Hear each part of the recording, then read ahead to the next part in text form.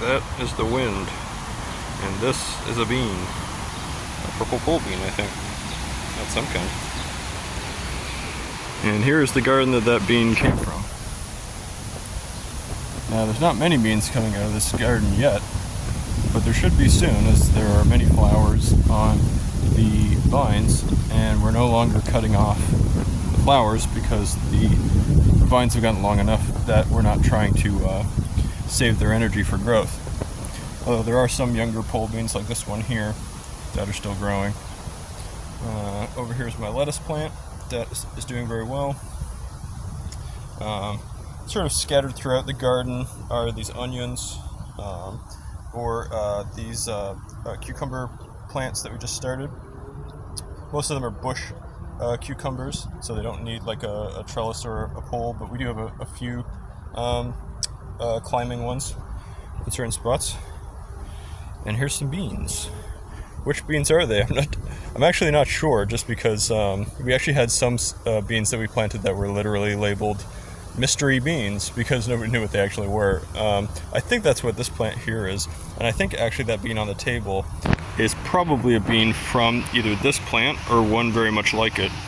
As you can tell by the actual vine, it's got that same pattern that the bean had, and that's generally a good rule of thumb for like what color the beans are going to be when they come out.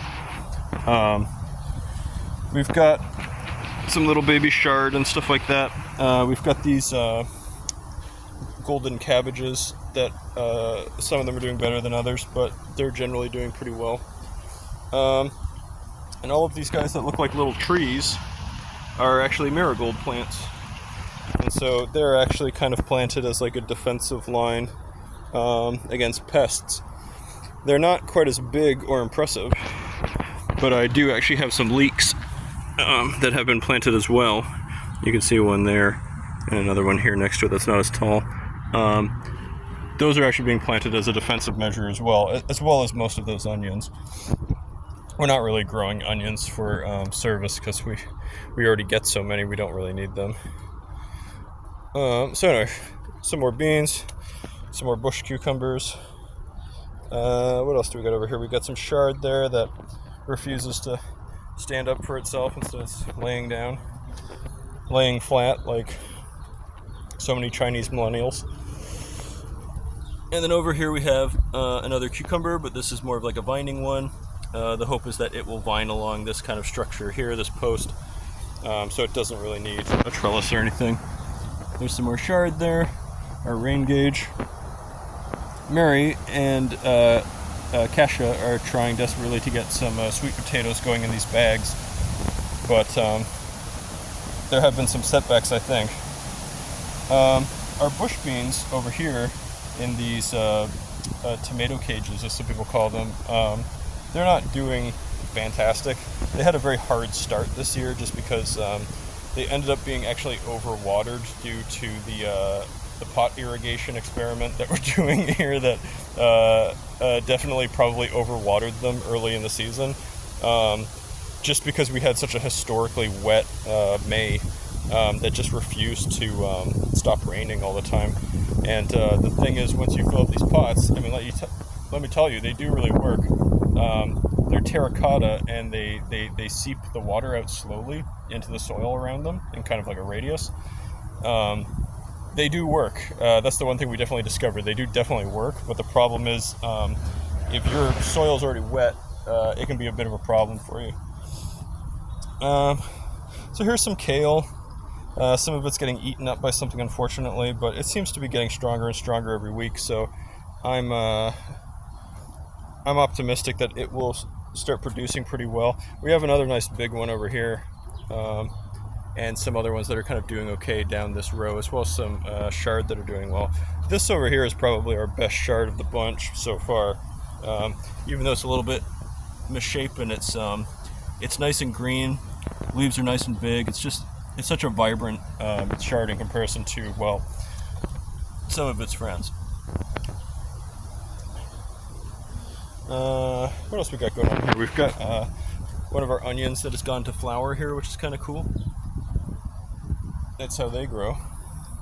Here's another one of our vining cucumbers. We're hoping that will grow up big and strong.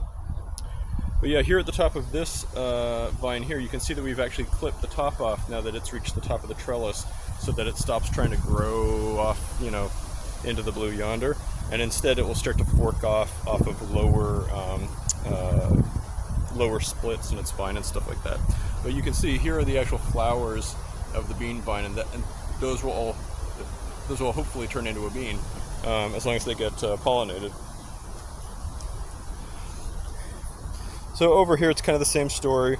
Some chard, some kale. Here's another chard that's actually doing pretty well. I wish it would stand up a little taller, but it's not doing bad. Some more chard here.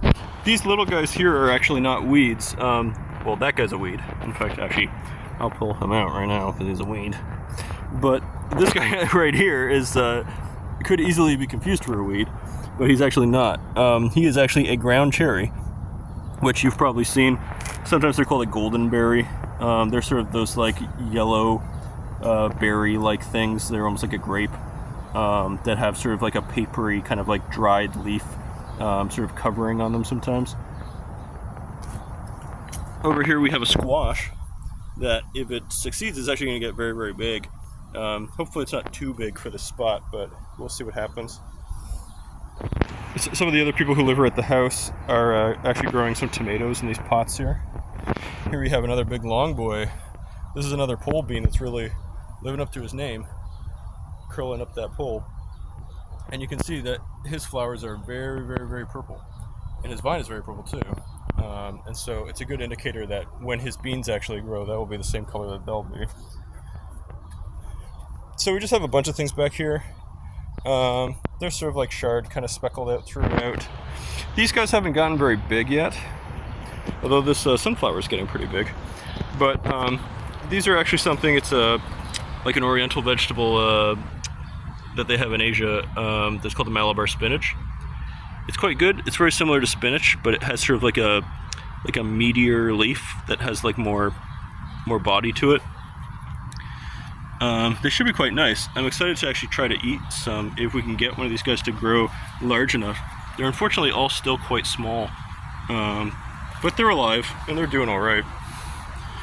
Here's just kind of like a big herb garden. This is all like a giant bush of sage. And we've got some other things in here. I can't remember what this is actually. I think it's maybe savory or something. And then we've got, you know, just like parsley. There's some cilantro back there. You know, some more chard and stuff, some more marigolds, some more bush beans that are not really growing too fast, unfortunately. But our vining beans are doing much better. You can see here's another sort of a purpley, like a violet pole bean here that will have nice violet flowers and nice violet beans when it's done growing. Down the last row, more or less the last row. So this is kind of a shadier spot. We're not really planting a ton of stuff back here just because it doesn't really get the sun needed to get very big. Or that is to say, we actually have planted quite a bit of stuff back here, but it's just, it doesn't, you probably don't notice it as much on the camera because it's all just little tiny guys like this, because it's just, it's hard for the sun to get back here. But we do have some beans and stuff. That's where that other pole bean is. He's kind of in a better spot to kind of collect the sun a little more. We used to have, on the other side of this fence, a lot of radishes, but they've mostly all been harvested by now. There's still a bunch back there that have gone to flower, and we're just going to let them produce seed pods, and then those are actually edible. The bulb of the radish isn't the only thing that you can eat. You can also eat the leaves, and you can eat the seed pods when they come out as well. And I've never had one of those before, so I'm excited to try it. Also back here we've got more of that Malabar spinach, but again, it's not like super tall yet, but it's not like horrible either. Some more cucumbers have been planted back here, various things. Some more ground cherries, there's a ground cherry there. Some more herbs. This cilantro unfortunately has bolted.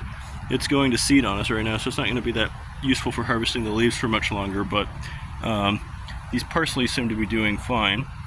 And this little cilantro, which I thought was going to die actually, is actually doing just fine. So generally, we're doing pretty well. Up here, we actually have a mulberry net that is catching mulberries from the mulberry tree that is above it. And so if we can get enough of those to actually get caught in here, rather than just falling on the ground, like this guy over here, then we might be able to make either some jam, or I was actually hoping to make some homemade soda out of these guys with a mulberry flavor.